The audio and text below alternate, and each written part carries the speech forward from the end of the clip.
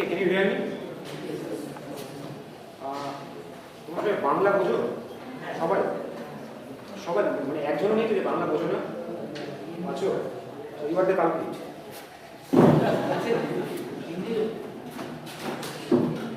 Okay, so I will speak in a mixed language, okay, Bengali and most English, okay. Okay, so I will talk about, in my first lecture I will talk about standard Big Bang cosmology and its success. Okay, my main topic is cosmology. So, and let's start with this picture, okay. So, my whole 3 lectures is all about this picture. Actually, not only my lectures, actually whole the cosmology research is based on this picture, sky map, okay, most of the research. Okay, so this is the picture of the sky map. So what we get from this picture, what we can get from this observation, this is the observation by NASA Kobe satellite, the name of the satellite, in 1990, almost around 1990. So around that time there are only 2 numbers in cosmology. Presently there are so many observations, gravitational observation and so many. But around 1990 or 1980, there are only 2 numbers in cosmology. One is the number of 2.73 Kelvin, that is the sea of photons coming from this picture or coming from this graph, and the other number is not very rigorous, but you can get those numbers, the Hubble expansion. Okay, so around 1990 there are only 2 numbers, the 2.73 Kelvin, the temperature of the CMB or cosmic microwave background, and the other number is Hubble expansion. Okay, those were 2 observations around 1990. So what is the cosmic microwave background? So this satellite observed an almost uniform sea of photons coming from all over the universe isotropically and homogeneously. Okay, and we get the temperature as 2.73 Kelvin. By how? If we plot the incident photons along the y-axis intensity and along the x-axis is the frequency of the radiation, that means photon, we get this kind of graph. Okay, so the CMB we are getting follow this kind of graph actually. And we know that this kind of graph is basically coming from the black body radiation. You know that, right? I think you are familiar with this graph. This is the black body radiation. So from this graph, we can get the exact temperature of that CMB radiation. Okay, and we know that this temperature is 2.725 Kelvin or roughly 2.73 Kelvin. Okay, so this is the radiation. And why do we call this cosmic microwave background? Because see, the peak intensity is around wavelength around 2 millimeter, right? The upper axis is the wavelength. So the peak intensity is around 2 millimeter. And do you know which electromagnetic wave has the wavelength of 2 millimeter around? There are so many electromagnetic waves, right? Infrared, microwave, or visible light, ultraviolet. So which electromagnetic wave has the wavelength around 2 millimeter? Microwave. This is a microwave, okay, and that's why it is known as cosmic microwave background. Okay, that's why the name is. But don't be so confused. We not only get the microwave radiation, we get the whole radiation for the full frequency range because this follows as the Planck body radiation. But the peak intensity is on the microwave range. Okay, that's why it's known as cosmic microwave. Okay, so the radiation follows the black body spectrum with temperature 2.73 Kelvin. That we must show. However, if we see this plot and if we see this graph, there are some error bars, and this sky map is also not homogeneous, right? Because the color contour plots are not exactly same everywhere. So there is a slight fluctuation over the temperature 2.73 Kelvin, and the fluctuation is given by 10 power minus 5. Delta T by Tcm is 10 power minus 5. Okay, so this number is very important because this is an observational fact. We don't derive this number from any theory. This is coming from pure observation. Okay, this is number 1. Any question up to this point? So, because I had this question when I was in my undergrads. So I always used to see this sky map plot and I wonder why it's oblate in shape and not spherical. I don't know whether this is sure, like everybody understands why it's an oblate and not a spherical. I'm not sure about this. Shwanta, can you help me? I think this is just because of the projection. So you take a full thing, but then you project it on a plane, which leads to this shape. Like if you But his position is why the position is not spherical. it cannot be like if you Sorry. take a globe, for example, the Earth's Okay. globe, and you put it, I think it will look exactly like that. Okay, thank you. I think your undergrad problem is solved. No, that got solved earlier. I was just wondering whether everyone else understood. Okay, fine. Let's move. So we get and what is standard Big Bang cosmology? Now my first lecture. So standard Big Bang cosmology is basically the evolution of the universe from very early stage to the almost present epoch. Okay. So let's go to the early universe where the temperature is so much high. Okay. So you get some hot feeling in this cold temperature. Maybe. So this is the kind of theory. Standard Big Bang cosmology is the theory of the universe. And what is the helping hand of this theory? There are two helping hands. The observational helping hand is the cosmic microwave background radiation, what we showed earlier. And the theoretical helping hand is basically the statistical mechanics and the general relativity, in particular cosmology. Okay. So let's start with the theoretical helping hands. Number one, statistical mechanics. And we hope that, I hope there are so many undergrad students, right? And you are aware of statistical mechanics, right? How much you know about the statistical mechanics? Please tell some, so that it will be nicer to communicate. How much you know? Do you know quantum statistics? Boson, fermions, partition function. You know partition function, right? You know Hamiltonian, right? And do you know density of states? Okay, great. Okay, so there are two parts of the statistical mechanics I will tell about very briefly. Number one is for non-relativistic particles, and number two is for relativistic particles. So what is non-relativistic? As Shimon also mentioned, that when the particle speed is very much less than the speed of light, we know that is non-relativistic, right? But in cosmology, we don't measure actually the particle speed, we actually measure in terms of temperature. Okay, so we have to convert this inequality in terms of temperature. Okay, so how do you do this? Let's see. So if V is very much less than C, then we can directly say that mv square is less than mc square. Okay, and we know that in non-relativistic regime, this is the kinetic energy. Half mv square is the kinetic energy in non-relativistic regime. So we can get this kinetic energy, and this is the rest mass energy, mc square.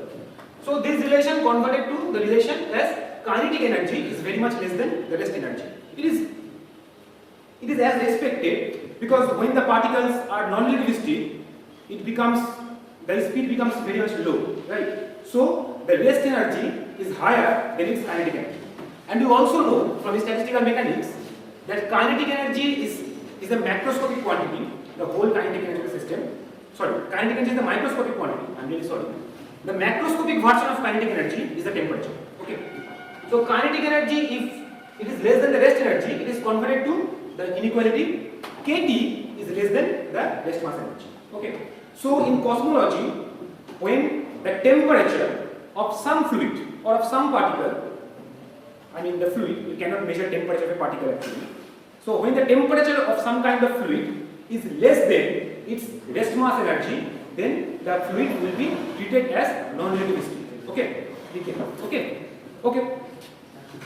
So in this case, the kinetic energy is half mv square, so the Hamiltonian can be written as p square by twice m plus m naught c square. Okay, this is the Hamiltonian of a single particle of a non-relativistic. That's why I have written H single. And if we calculate from this Hamiltonian the density of states, what do you mean? If we with this Hamiltonian we can solve the Schrodinger equation, and with the Schrodinger equation we can calculate how much the energy levels are dense within epsilon d epsilon plus d epsilon. Okay, so g epsilon d epsilon means actually, suppose the energy levels are packed by this way. Okay, this is epsilon plus d epsilon. So you have to calculate within this energy level or within this energy spacing how many energy levels or how many states are there. Okay, these are number of states within the energy separation d epsilon. Okay, so g epsilon d epsilon becomes this one, 2 pi d h by h cube. H is the Planck constant coming from the uncertainty principle, you know that from statistical mechanics. Then twice m, and epsilon minus m naught c square power half d epsilon. Okay, you are aware of this density of states, I think. You know, right? In a three-dimensional system, the density of states goes by epsilon to the power half. You know that.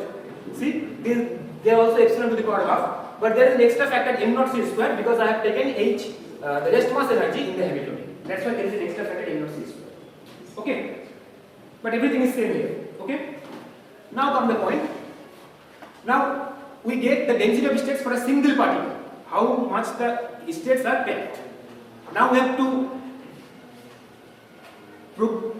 proceed with the whole system because there are n number of particles in statistical mechanics, which is very large. So how do we define the state of the whole system? There are so many representations, but the most useful representation is the number representation. So this is the state of the system. How do we define this? So this n1 is the number of particles in the first single particle state. n2 is the number of particles in the second single particle state. Okay. Suppose you know the infinite potential wave, right? Suppose you know the infinite potential wave. Okay. And suppose you consider three particles in the infinite potential wave. Okay. So each particle has the Hamiltonian eigenstates like this one.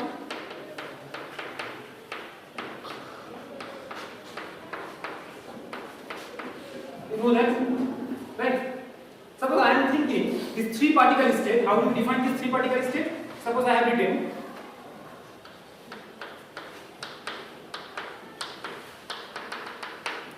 this is state. Okay, for the whole system. What is the meaning of this state? This is the meaning that particle 1 is in n is equal to 1 state, and the other two particles are in n is equal to 2 state, and all the higher states are empty. Okay, this is the meaning of this state. Okay, suppose I have written this kind of state.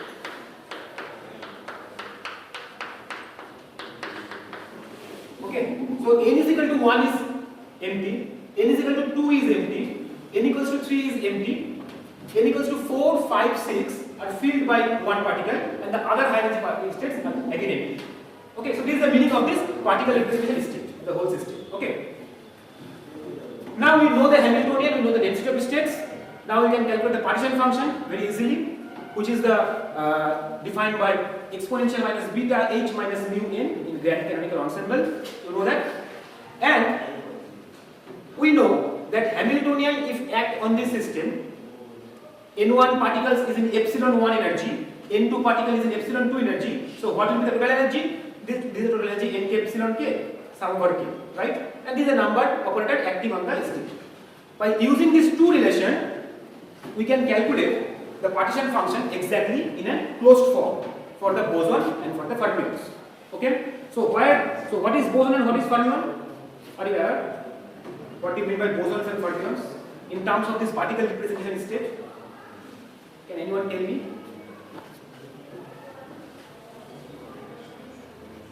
I think bosons and fermions are covered in SEM 6 or SEM 5, right, in undergrad. So you should know that. So bosons mean a single particle state can be filled as many as bosons. But the fermion means a single particle state can be filled by only one fermion or no fermion. Okay, so for the boson, N1 can be anything or Ni can be anything. This Ni can be anything. But for the fermion, this Ni can be 0 or 1. Okay, so when we take the trace in the partition function, why it is different for bosons and fermions? When we take trace, that means we have to sum over Ni.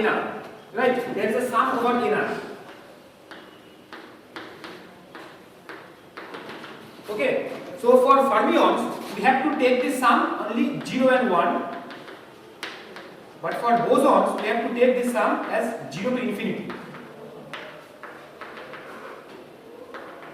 Okay, so the limit of this sum getting different for bosons and fermions. That's why the partition function also becomes different for bosons and fermions. Okay, but we have simplification. Don't worry. This is the exact expression. But in cosmology, when we are dealing with non-relativistic particles, I have already mentioned that the temperature is very low compared to its rest energy, right? So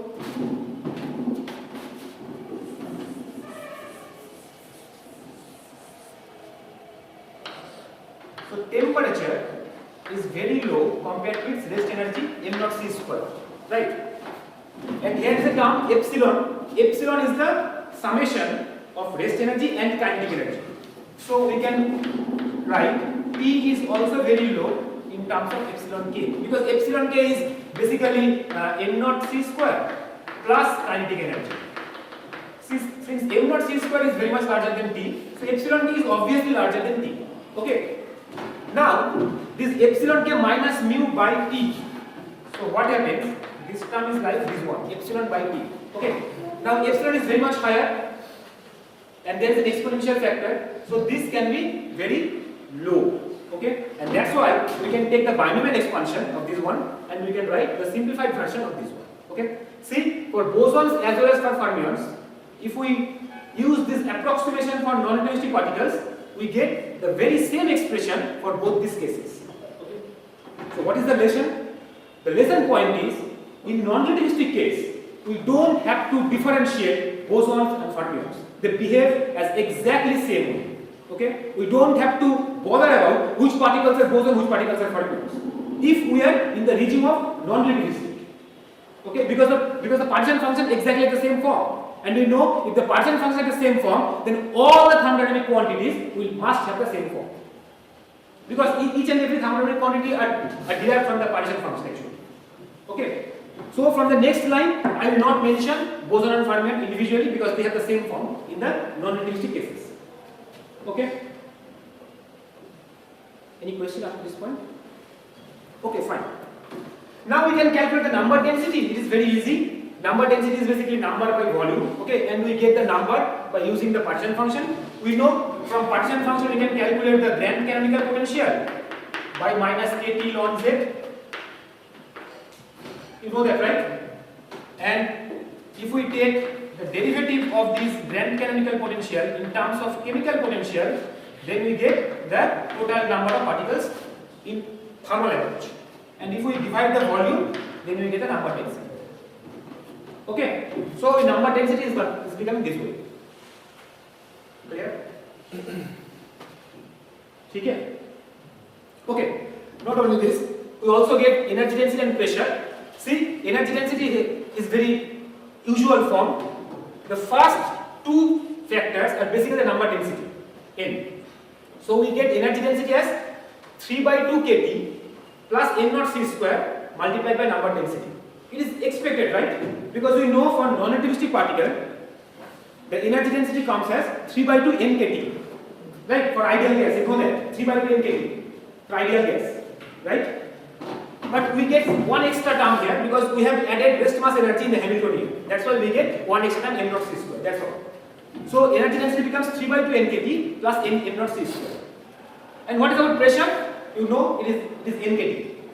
And since we have PV is equal to nkt, if we divide the volume by in both sides, then we get P is equal to nkt. Okay? All the expressions are very familiar to you, right? Except the m naught c square term. Yes, you are not including photon, right? No, I'm coming to that. I'm just non-relativistic. This is also different, no? Okay, and one interesting point about this non-relativistic component in cosmology, it is very useful because we will use this very frequently. We use the pressure to be 0 for non-relativistic particles. Okay, but we get the pressure, right? nkt. So where is this 0 pressure is coming from? Actually, the pressure is not exactly equal to 0. It is approximately equal to 0. How to derive this? See, we get rho is equal to nkt plus nm naught c square, and we know that this term is low, right? Very less in compared to m naught c square because we are in the non-relativistic. So we can approximate this rho by this way. We can neglect 3/2 kT and we can approximate by this way, right? This nkt is basically P. So we get a relation between rho and P as rho equals to P by m naught c square kT, right? which can be written as P is equal to rho third V square by C square, because KT is basically mv square. So we get ultimately P is equal to rho by 3 V square by C square. This is the exact pressure. Okay. Now for non-relativistic, V is very much less than C, so we can approximately take to be 0 pressure. Okay. That's why there is a sign, approximated sign before 0. This is not exact 0. Each fluid has pressure, right? How can the pressure to be 0 for a fluid? It cannot be. When you are dealing with ideal gas situation, in statistical mechanics, you get a pressure, right? P is equal to NKT. The pressure is non-zero. But in this case, we get 0 pressure because we take the rest mass energy, and the rest mass energy is higher than the thermal energy. That's why the pressure is 0. So if you think by this way, suppose we have a room, okay, there are some non-relativistic particles which has rest mass energy is very higher than thermal energy. So you can think that the particles are not moving, the particles are at rest because the rest mass energy is higher. Okay, so if the particles are at rest, so the particles will not collide with the walls. That's why there is no pressure. You can think like this way. But if you neglect the rest mass energy, you cannot take to 0 pressure. You have to take some pressure. If you take some rest mass energy, you can think that the particles are at rest, they are not moving because it has higher rest mass energy, and if they are not moving, they are not colliding with the wall. That's why there is no pressure. This is the physics. Okay? Fine. Now come to the relativistic particles. So, what is the basic definition of relativistic particles? This is V of the order C. But the kinetic energy, again we have to convert this relation in terms of temperature. But the kinetic energy is not half mv square in relativistic regime. It is gamma minus 1 mc square. You know that, right? Total energy is gamma m naught c square minus rest mass energy is the kinetic energy. So kinetic energy is gamma minus 1 m naught c square. If V is approximately equal to C, then this term you can show is very much larger than m naught c square, because gamma is larger than, very much larger than 1. Okay. As Sumant also mentioned, gamma has a this kind of expression 1 minus V square by C square. If V is very near to C, then you can think that gamma is very much larger than 1. Right?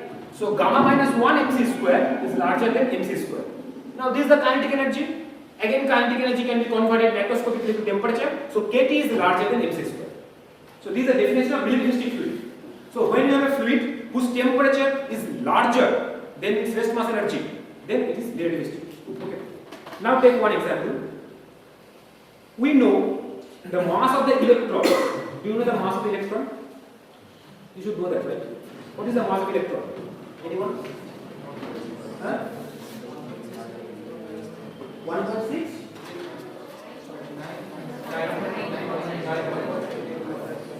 9.1 minus in 10 to the power minus 27. 28 kg, right? Minus 31 kg. So mass of electron is of the order 10 power minus 31 kg. And if we convert it to the MeV, it will turns out to be 0.5 MeV. So I suggest to remember this number. Okay, this is very useful to remember than this number. Okay, so remember 0.5 MeV as electron mass. Suppose the universe temperature is 10 MeV. Suppose very early universe, the universe temperature is 10 MeV. Okay, what do you mean by universe temperature? I will come to that. Suppose the universe temperature is 10 MeV. So what do you think? At that temperature, electron is relativistic or non-relativistic? Suppose the universe temperature is 10 MeV, the electron mass is 0.5 MeV. So in this temperature, how do you treat the electron? Relativistically or non-relativistically? Huh? Relativistically, exactly, because the temperature is higher than the rest mass energy. And the proton mass is of the order 9.940 MeV. So in this temperature, electron is relativistic, but proton is treated to be non-relativistic, because the proton mass is very much higher than the kinetic energy, than the temperature. Okay? Clear? Okay, so again we can derive the exactly same way, but here the difference becomes apparent. The bosons and fermions, if we take the Hamiltonian and if we calculate all the number, then we get this rho and p. Okay, for bosons and for fermions, this rho and p. This is very usual calculation. I am not getting into this. It's very usual calculation from statistical mechanics. But one point to be noted: here p cannot be 0. here is P is equal to rho theta. Okay, and you can get this also from this expression. See, P is equal to rho theta V square by C square, and if it is a relativistic particle, then V is of the order C, then P becomes rho theta, just rho theta. Okay, so this is the statistical mechanics. Up to this point, is there any question? Sir, Yeah. at that temperature, one fermion one fermion behave as a relativistic, treated as a relativistic. One fermion are treated as a non-relativistic. In non, yeah. Is it fermion is the main, basically both particular fermion. Depending on energy, we just decide this. Yeah. So, but the fermion is the intrinsic property of the particle. So how can we distinguish? No. When we are saying fermion, this is intrinsically quantum in nature. That is for sure. But whether it is relativistic or non-relativistic, you have to take care of temperature and rest percentage. Okay. Fermion is not relativistic. Fermion is quantum. When we are saying some fermion particle, it is quantum in nature, by sure. That's why when we are dealing with quantum statistics, there are boson and fermion. But in the region of non-relativistic, there is still fermion. Okay. But if you are examining whether it is relativistic or non-relativistic, you have to take care of temperature and rest. Okay. See, exactly relativistic means relativistic when the rest mass is 0. That is the photon. Okay. But in cosmology, we are approximating this way. Okay. Electron cannot be relativistic, right? Because the rest mass is not 0. But in this temperature, we can take it as relativistic. Anyone question? Okay. Now come to the second helping hand of theory of the standing on cosmology. That is the cosmology coming from GTR. Okay. So, Shumanta helped me a lot actually.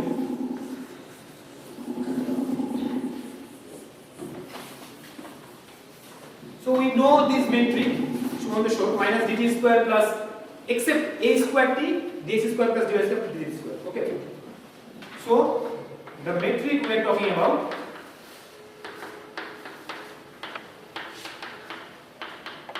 suppose y and z are t and x. So what is the difference between Minkowski metric and this metric? Okay. The basic difference is the distance between the 2 points. Okay. Suppose in Minkowski metric we have minus dt square plus ds square. Right? If we want to calculate the distance between 2 points at constant time slice t or at constant time t. Suppose at this time we want to calculate the distance between the 2 points on the table, the two corner points. Okay, one coordinate is x1, 0, and the other coordinate is x2, 0. Okay. So if we want to calculate, then we have to integrate this one at constant t. Right? Okay. What is the meaning of constant t? When we are calculating the distance, we have to define a path first. We have to first define a path. Which path you are calculating the distance? Along this path or along this path or along this path. Okay? So t is equal to constant actually defines the path. Okay? So along this path we are calculating the distance between p and q. In Minkowski spacetime, we get simply x2 minus x1. Okay? Coming from this metric is very simple. Coming is exactly equal to x2 minus x1. See, this is independent of time. It is not time dependent. Okay. Suppose we are calculating the distance at t is equal to t1, we get the exact same distance. Suppose we are calculating t is equal to t2, we get the same distance. But what about with this metric? Again, we define the same path. Okay. But there is a catch due to this factor at. Okay. So since t is equal to constant and a depends only on t, so a of t is coming outside of the integral factor. So distance becomes a of t x2 minus x1. Right? See the basic difference. This distance is not dependent on time, does not depend on time, but this distance does depend on time. Okay? So what happens? Is at increases with time or decreases with time? Now come to again the observation. The observation says us, the Hubble observation tells us that the universe is expanding, the space-time is expanding. That means the distance actually increases with time. Okay, and that observation is basically based on the Doppler shift coming from the coming from the far galaxy. Okay. So since distance is increasing time by time, that's why A dot T must be greater than 0. This is a constraint on the scale factor purely coming from observation. Again, that's why written observational fact, universe is expanding, that means D dot is greater than 0, that means A dot is greater than 0. Okay, and there is a some which we require in later part, some different parameterized from scale factor, which is known as the redshift factor. Just a parameterization. We can also define A equals to 1 by 1 plus J, where J is the redshift. Okay, just remember this parameterization. We will require this. Okay, this is the very basic of cosmology. Now come to the FLW equations, the Feynman equations of cosmology, which is very important. As we know that in a very naive language that energy or mass actually carve the space-time, okay, or creates the gravity. Okay. So what about in the cosmology case? So in the GTR case, we have this space-time curvature in the left hand side and this source term in the right hand side. So in any field theory we can get this kind of equation. So the field actually in the left hand side should be equated to some source. This is the basic of field theory. In any kind of field theory you can pick, you will get this kind of equation. Okay. The field is the left hand side, the source is the right hand side. In GTR case, the field is the space-time curvature, so it is the left hand side, and the source is the energy mass, which is the right hand side. Okay. Now in mathematical case, if we treat this equation more mathematically, then curvature can be treated as a second rank tensor. Okay, as Sumant also mentioned, like R mu, which is the curvature, and energy momentum tensor, energy mass can be written as T mu as the second rank tensor also. Okay, so T mu is the source, R mu is the cause. Okay, I'm sorry, T mu is the cause, R mu is the result. Sorry. In the cosmology case, we take that entire energy mass tensor or the energy momentum tensor T mu to be an ideal fluid. You know what is ideal fluid? What do you mean by ideal fluid? Do you know? You should answer this question, right? You should know what is ideal fluid at least. Okay, tell me what is the difference between ideal fluid and non-ideal fluid?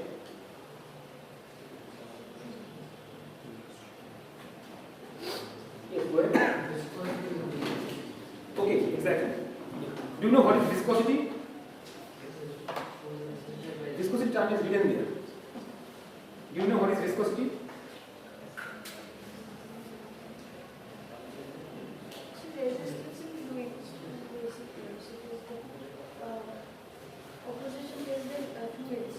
So the continuity equation gets violated in some sense. Okay, in the viscosity. So in cosmology, we take the T mu to be an ideal fluid with no viscosity. Okay, but you can add the viscosity and then see what is the generalization. Anyway, I'm not going to this point. So in case of ideal fluid, there are two important factors. One is the energy density rho, and the other one is the pressure P.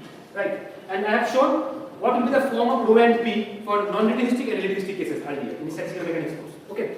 And the curvature is encoded within Hubble parameter h, which is given by.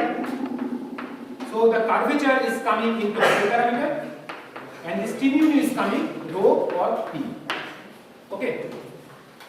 Okay. So this Hubble parameter is connected by rho and P by these two equations, and we know the continuity equation for the fluid, which is by this way, divert rho dot plus 3h rho plus P equals to 0. This is very easy to understand because if we take an ideal fluid, the continuity equation will be this one, del rho del T minus divergence of rho plus P, just like this one. Okay. You also get this kind of equation in your dynamics. Del rho del T is equal to minus divergence of rho V. But here the pressure is also coming, so rho plus P into V. Okay. And we know the V is basically the Hubble parameter into distance. That is the Hubble's law. So if we put this equation, then divergence of D vector going by 3. So we get 3h rho plus P. So this is the continuity equation. Okay, coming from the basic fluid equation actually. Okay, right.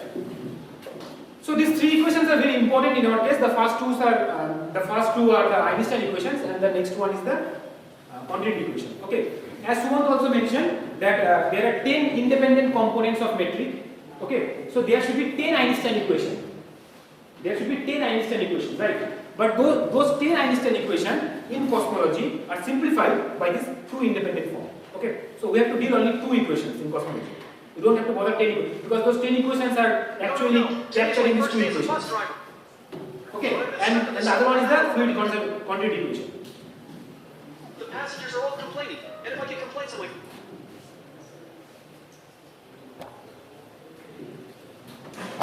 So what happens with the solution of these equations? Let's go quickly about the solutions. For non-relativistic cases, rho, the energy density, that means energy by volume, goes by 1 over AQ, because if we put P equals to 0 in non-relativistic cases, then we can solve this equation. This equation becomes this one, rho dot plus 3h rho equals to 0. Right? Now, this equation can be written by del rho del P plus 3 rho, and this one is dA dt by A, because the Hubble constant is A dot by A. Okay? So dt gets cancelled in some sense. Now we get del rho del A plus 3 rho by A equals to 0. Right? So this one becomes 1 over A. Rho varies as 1 over A. Okay? That's why for non-relativistic cases, rho varies as 1 over AQ. And if we put this in the right hand side of this equation, then we get h varies as a power minus 3 by 2. It is as simple as that. Right? Now a is 1 by 1 plus z. So h varies as 1 by 1 plus z to the power 3 by 2 in terms of density factor for non-relativistic fluid. So if the universe, suppose if the universe is dominated by some non-relativistic fluid, then Hubble parameter follow equation number 20. Okay? And by some similar calculation, if we take some relativistic component, which we show that P goes as rho by 3, then the continuity equation becomes exactly same form, just here rho dot plus 4h rho. Because if we put here P is equal to rho third, then this becomes 4h rho. Okay. Now if we again solve, then this one goes as 1 over a power 4. So rho becomes 1 over a power 4 if we put again Hubble parameter, and Hubble parameter follows equation number 21. Okay. Any question up to this point? So we roughly completed the statistical mechanics which we need, and the cosmological part which we again need for standard Big Bang theory. Any question?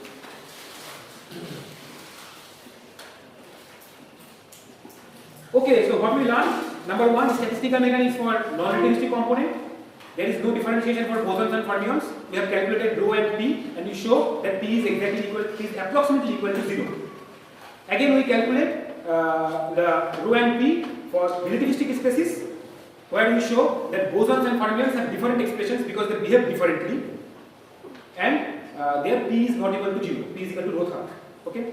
By taking P is equal to 0 and P is equal to rho third for both the species, we can solve Einstein equation, and we get the Hubble parameter follow equation 20 and 21 for these cases respectively.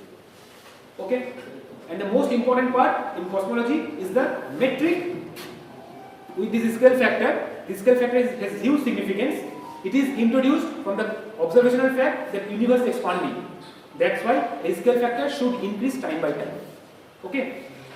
So it's expanding, but it should also, it's not just expanding, right? It's expanding at an accelerated rate. So That is encoded in a double dot. Any question of this one? So it is like the particle position coordinate x. Okay. So a dot is kind of velocity of the universe. A double dot is kind of acceleration of the universe. Okay. And what do you expect about a double dot? It should be greater than 0 or less than 0. Suppose we have some normal fluids in the universe. Okay. No exotic fluids. Suppose we have some normal fluids.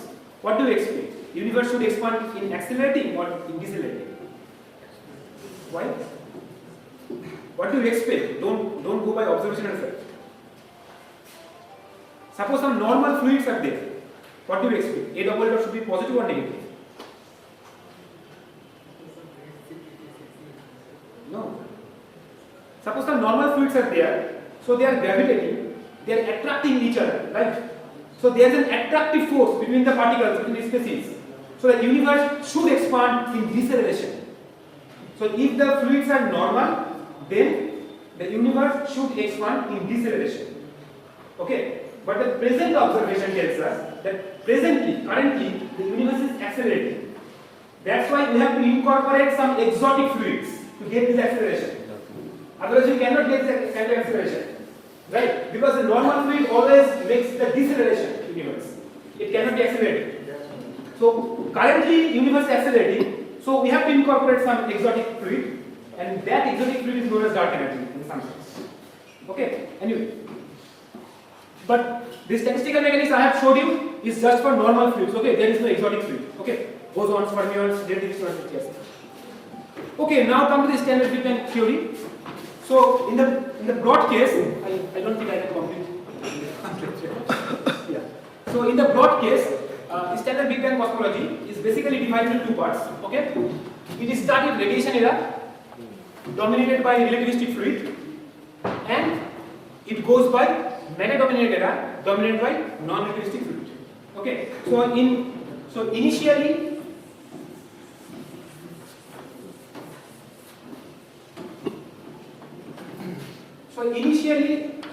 suppose I'm asking you. So suppose there are matter-dominated species and radiation species. So matter-dominated species goes as 1 over AQ, right? I showed you. Radiation-dominated species goes as 1 over A power 4. I show you, right? Now please tell me which fluid should dominate earlier and which fluid should dominate later. Earlier means when A is very small, scale factor is very small, then which fluid should dominate earlier? Exactly. So first comes the relativistic component, the radiation dominant data. Okay. Now since it goes by 1 over A power 4 and it goes by 1 over AQ, that means it decays faster rate.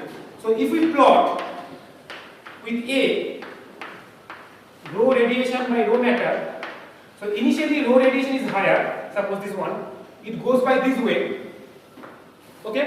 Initially rho matter is less, but it goes by this way, decays at less rate. So after some time, it will dominate. The radiation era fails to dominate, the matter dominated era, it starts to dominate. So initially this is radiation dominated, then it comes as matter dominated. Okay, clear? So in the standard Big Bang cosmology, broadly, initially we will start with some radiation era, then we will start with the matter era. Okay, this is the broad picture. But in this broad picture, there are so many important incidents. And there are so many incidents, but I will just got out the 5 important incidents. Number 1, neutron to proton conversion. Okay, initially, the whole story starts from temperature going is around 1 megaelectron volt, 1 MeV. Okay, neutron to proton conversion. This is almost like beta decay. You know about beta decay, right? From the nuclear physics part. Okay, so neutron decay. I mean neutron to proton conversion. Due to the weak interaction, neutron converts to proton, and proton converts to neutron also. Okay, this reaction happens in the early universe. Next, deuterium production and nucleosynthesis around temperature 0.1 MeV. I will describe all of this one by one. Okay. Next, production of helium. Helium actually produces. Okay. So these 3 parts actually come to the radiation era. These 3 incidents happen in radiation era. Now the 4 and 5 part are coming in the matter dominated era. Next comes the production of hydrogen around T is equal to 0.1 electron volt. And lastly, last scattering and free stream of photons. What we get the photons right now in the CMBR, that is actually from the last scattering surface. Okay? Before this last scattering, the photon cannot come out freely because there are so many scattering. The photon cannot come out. Suppose you can think the photons are, confined in a kind of plasma soup where the photon cannot come out. It wants to come out, but it again scatters. Okay, so it cannot come out. Ultimately, the universe becomes cool, and the last scattering surface happens when the photons come out. Okay, let's start one by one. The first incident is neutron to proton conversion. I have 15 minutes. Let's go. Let's see how much we complete. Otherwise, I can continue in the next lecture. Let's thank. No. Okay, you can thank me now. No problem. But my lecture is not complete. Okay. Okay. So as I mentioned, the temperature is around 1 megaelectron volt. Okay. The neutron to proton conversion. The reaction is exactly by the same reason. You know this reaction, right? How many of you know this reaction? Okay, how many of you don't know this reaction? Please raise this hand. Okay, this is the reaction. Actually, it is happening around 1 megaelectron volt, as I show you why. Here, neutron captures one electron neutrino and converts to proton and electron. Okay, and the back reaction also happens. That's why this side. Okay, now see what happens. What is the mass of neutron? The mass of neutron is almost 940, and the mass of proton is less little from neutron. And if we see the difference between neutron mass and proton mass, it of the order 1 eV. The difference between neutron and proton mass is of the order 1 eV. Okay. So in this forward reaction, the heavier particle goes to lighter particle, right? In the backward reaction, the lighter particle goes to heavier particle. So which one is favorable, do you think?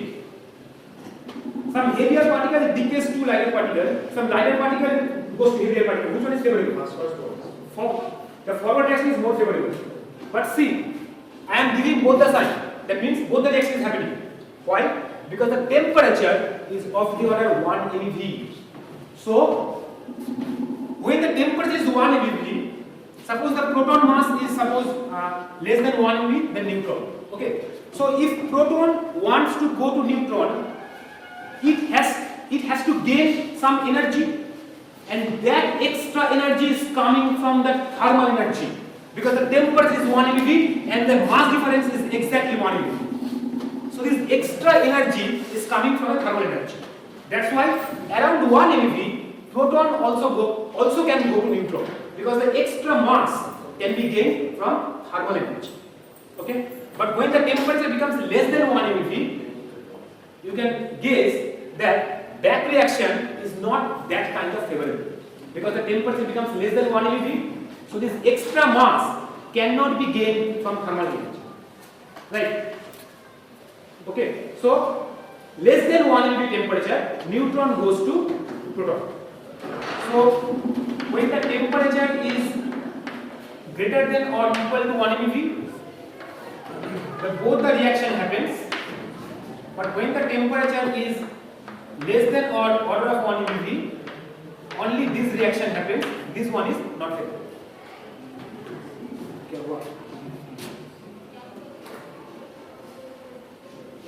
Okay. Okay, fine.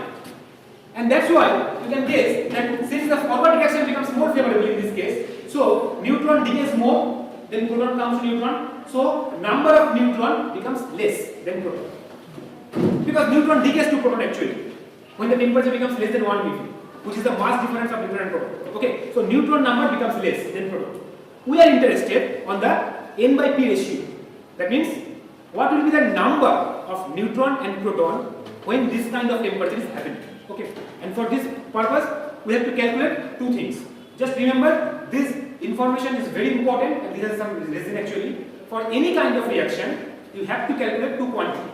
Number one is the interaction rate, gamma, that gives the time scale of interaction. Okay, and number two is the Hubble parameter when the reaction is happening. Okay, so the interaction rate and Hubble parameter, why do we need to calculate? Because when the interaction rate gamma is larger than Hubble parameter, the reaction is effectively on. Why? Because the reaction is in equilibrium, the interaction time scale is very much less than the universe expansion time scale, because the time scale is given by 1 by gamma. Okay, so this is the condition we have to calculate. This is the condition actually. How much reaction is effectively on during how much time or how much period. Okay, so we have to calculate gamma and H to see this ratio. Okay, and for this dipole to photon conversion, the interaction rate is coming by equation number 22. I am not calculating this, but I can give you some hint how to calculate. See, do you know cross section is scattering? I think you know from classical mechanics, right? From classical mechanics, you know how to calculate the cross section for any scattering. These are kind of scattering. 2 particle goes to 2 particle scattering. So gamma goes as T power 5. Okay, why T power 5? Because gamma actually proportional to cross section and number density. Okay, this cross section goes by T square. This number density goes by T cube. So as a whole, gamma goes by T power 5. Okay, this can be calculated by simple scattering cross section formula. Okay, and what is Q? This Q is the mass difference Mn minus Mp, and tau n is the neutron lifetime. I mean neutron half lifetime. Not exactly half lifetime. The half lifetime will be multiplied. Should be multiplied by 0.693 because this is a decadent constant actually. Okay. So to get half lifetime, we have to multiply by 0.693. Anyway. And we have to calculate the Hubble parameter now. In order to calculate the Hubble parameter, we have to examine what is the period of this reaction. This period is happening during radiation era or matter era. As I already mentioned, this interaction is happening around 1 MeV. So this is radiation era. How do we calculate? By this temperature formula expression. Okay. So T is equal to 1 MeV. T goes by T0 1 plus J. T0 is the present CMB temperature. Okay. So T0 1 plus J 1 MeV. If we solve this algebraic equation, we get J of the order 10 power 10. Okay. So around 10 power 10, this reaction is happening. J is decreasing with expansion. So when J is around 10 power 10, this reaction is happening. Okay, and the matter dominated era starts, for information. You should remember this at this date. After this, matter era. Before this, radiation era. Okay. So matter era starts from 3400. Say we have to. I mean, you have to play with some number if you are doing cosmology. Okay. So this from this era matter starts. Now this reaction happens 10 power 10. So this obviously in the radiation era. Okay. Now in the radiation era, Hubble parameter goes by this way. That means in the radiation era, see, just one point. Here neutron is there, electron, neutron is there, proton is there, electron is there, and there are other gammas, photons. Okay. In this temperature, neutron and proton, electron and gamma. So there are 4 particles in principle. I can write here. Okay. These 2 particles in this era are non-relativistic because their mass is around 940 MeV, which is very higher than this temperature. Okay.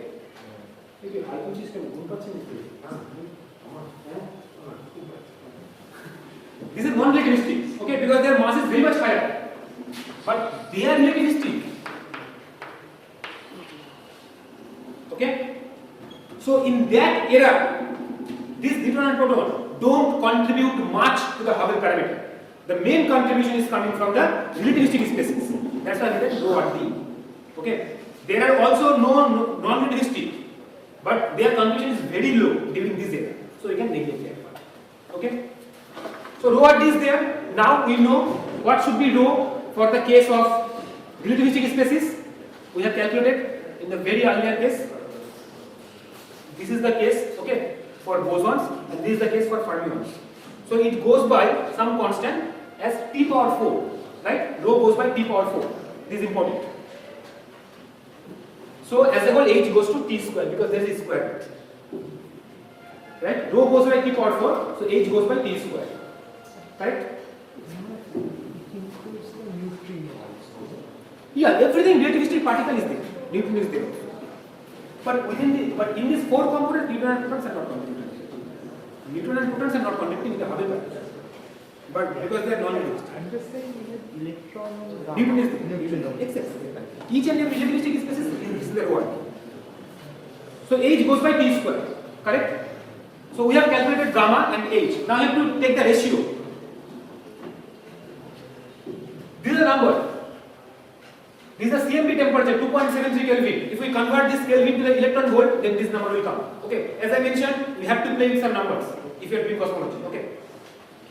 The Newton's constant G, the neutron lifetime, and the Q value, that is Mn minus Mp, the difference between the two mass. If we put all these values, then we get gamma by J by this way. Okay. See, we can get all the number, gamma, Z, all the number we get, except one plus Z. Okay. Now, we have to calculate when gamma by H becomes less than or equal to 1. And that is the stopping point of this reaction. After that, the reaction is effectively off. Okay. So, gamma is less than or equal to 1. We get Z equals to 4 10 power 9. And the corresponding temperature is 0.84 megaelectron volt. 0.84. This is the decoupling temperature. From where neutron gets decoupled. Neutron becomes free after this temperature. So what happens in this reaction? If we draw the timeline, timeline. So when the temperature is T is equal to 1 MeV, both the reactions are happening. Neutrons and protons have same number. When the temperature becomes 0.84 MeV, so within this regime, neutron decays more than proton, right? That's why neutron number becomes less. At this temperature, the reaction effectively stops, okay? And at this temperature, what is Z? 14.9, okay? So this is the around radiation already. Correct? Now we have to calculate the last thing. What is the N by P ratio at this stopping point? Okay? At this decoupling temperature. It is very easy. We know neutrons and protons are non-relativistic here because their mass is very high. So for neutron and proton density, we have used the non-relativistic expressions. Correct? These are non-relativistic expressions. You know? From statistical mechanics, we have calculated this N here, right? So we have used the non-relativistic expressions for neutron and proton. Okay? Now we have used one more condition. During when the reaction is happening, before 0.84 megaelectron volt, the reaction is in equilibrium. Why? Because the reaction is happening means they are colliding with each other, right? And they exchange energy, temperature, etc., thermal energy, etc. So the reaction is in equilibrium. What do you mean by equilibrium? The equilibrium is thermal as well as chemical. Right? What is the condition for thermal equilibrium? The temperature should be same. That's why I have used the same temperature in these two cases. The same temperature because there is thermal equilibrium. Now, in order to be chemical equilibrium, the chemical potential should also be same. Right? So I have written Vn minus Vn equals to mu P. The chemical potential for neutron and proton should be same. By using these two equilibrium conditions, if we take the ratio Nn by Np, we get this kind of expression. All the things will be cancelled out and we get Mn by Np power 3 by 2 exponential minus Q by T. What is Q? Mn minus Np, the mass difference. Okay? Now take the approximation. Mn of approximately equal to Np. So this can be 1, but you cannot take in the exponential factor because a simple number sitting in the exponential can give huge contribution. So you cannot neglect Mn equals to Np here, but you can approximate in this case. So after all, Mn by Np becomes exponential minus Q by T. Okay? So see, three informations we can get from here. For T greater than Q, that means when T is larger than 1 MeV, N and Np approximately same because it's 1. Okay, why? Because it goes by exponential minus q by t. When t is larger than q, I'm just 2 minutes ahead. T is larger than q, it can be approximately equal to 1. Right? And it is expected, as I mentioned, because when the temperature is around 1 MeV, both the reactions are happening forward and backward. That's Newton put the same number. When t approximately equal to q, Newton number gets less because this is exponential minus number. Okay? So then neutron number becomes less than proton number. This is also expected because neutron decays faster. That is a heavier particle. It's favorable. And at the decoupling temperature, if we put there, then Nn by Np becomes 1 by 5. This is an important, very important number in standard defect theory. So, at this stopping point, N by P becomes 1 by 5. See, neutron number becomes less, proton number becomes large, as expected. After this, neutron becomes free. And that neutron, when the neutron becomes free, that neutron will start the deuterium production. I'll discuss the next class. Okay. So, our timeline starts from t is equal to 1 MeV and up to first lecture, I have completed around this point. Okay. We have to go along again. Okay. From t is equal to 1 MeV, my target is to go at around 0.25 eV, electron volt. So, there is a long story in between. We have to go one by one. Okay? Okay, thank you.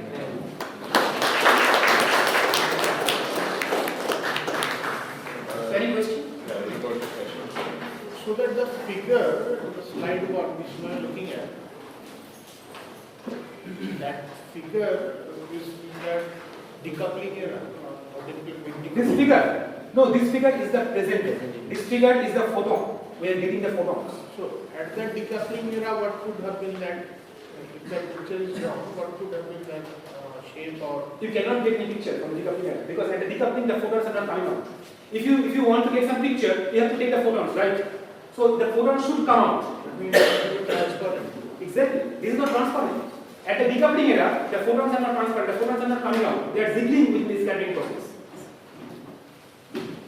Okay. Based on this observation, we are developing the theory. There is no question. Let's thank Dr. Tanmoy for this once again.